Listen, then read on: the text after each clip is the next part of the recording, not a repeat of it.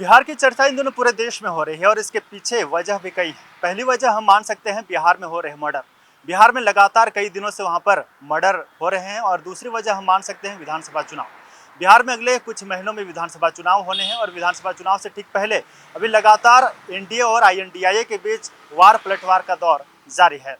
और इसी बीच चुनाव आयोग की तरफ से जो वोटर्स वेरिफिकेशन की जो प्रक्रिया चल रही है उसको लेकर आईएनडीआईए पूरी तरीके से चुनाव आयोग पर हमलावर है और इसे अवैध करार दे रही है। हालांकि सुप्रीम कोर्ट की तरफ से चुनाव आयोग की इस प्रक्रिया को वैध बताया गया है, लेकिन आईएनडीआईए ने हमने बीते दिनों ये भी देखा कि आईएनडीआईए की तरफ से पूरी तरीके से चुनाव आयोग की प्रक्रिया को लेकर बिहार बंद का ऐलान भी किया था। और आज बिहार के पूर्व डिप्टी सीएम तेजस्वी यादव ने प्रेस कॉन्फ्रेंस की और चुनाव आयोग की प्रक्रिया को अवैध बताते हुए पूरी तरीके से इसे बीजेपी का टूल किट करार दिया। तेजस्वी यादव ने कहा है कि बीजेपी के इशारे पर चुनाव आयोग काम कर रही है और चुनाव आयोग की इस वोटर्स वेरिफिकेशन की प्रक्रिया में कई लाख वोटर्स के नाम कटे हैं, जो कि आरजेडी के वोटर्स थे, जो कि आईएनडीआईए के वोटर्स थे। कैमरामैन सौरभ के साथ मैं आकाश सरोज, प्राइम न्यूज, नोएडा।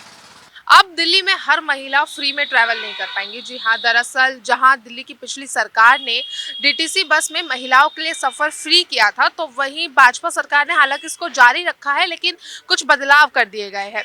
दरअसल पहले जहां महिलाएं डीटीसी में जो है पिंक टिकट लेकर ट्रैवल करती थी और जिसका कोई चार्ज नहीं लगता था, अब इसमें बदलाव आया है। अब दिल्ली में रहने वाली महिला जो है अब सिर्फ वही डीटीसी में फ्री ट्रैवल कर पाएंगी। इसके लिए अब आपको पिंक टिकट नहीं लेनी पड़ेगी, अब आपको स्मार्ट कार्ड बनवाना पड़ेगा, जिस तरह से मेट्रो का स्मार्ट कार्ड बनता है। और सबसे ज़रूरी बात ये रहेगी कि जो स्मार्ट कार्ड बनेंगे डीटीसी बस ट्रैवल के लिए, उसके लिए अब जो महिलाएं हैं उनको पहले डॉक्यूमेंट सबमिट करने पड़ेंगे। जो डॉक्यूमेंट्स इस चीज़ का प्रमाण रहेंगे कि वो महिला दिल्ली की ही रहने वाली है। इन डॉक्यूमेंट्स में Aadhaar card, voting ID card, ration card, किसी भी तरह का प्रमाण पत्र शामिल हो सकता है। तो वहीं इसके सबसे ज़रूरी बात ये रहने वाली है कि जो पहले महिलाएं दिल्ली एनसीआर में नोएडा, गाजियाबाद से दिल्ली में आती थी या फिर दिल्ली से बाहर जाती थी, वो भी जहाँ फ्री ट्रैवल कर पाती थी, अब वो इस चीज़ का अब वो फ्री ट्रैवल का लाभ नहीं उठा पाएंगी, क्योंकि अब इस प्रमाण पत्र को देखने के बाद जो स्मार्ट कार्ड बनेगा वो सिर्फ दिल्ली में रहने वाली महिलाओं के लिए ही बन सकेगा।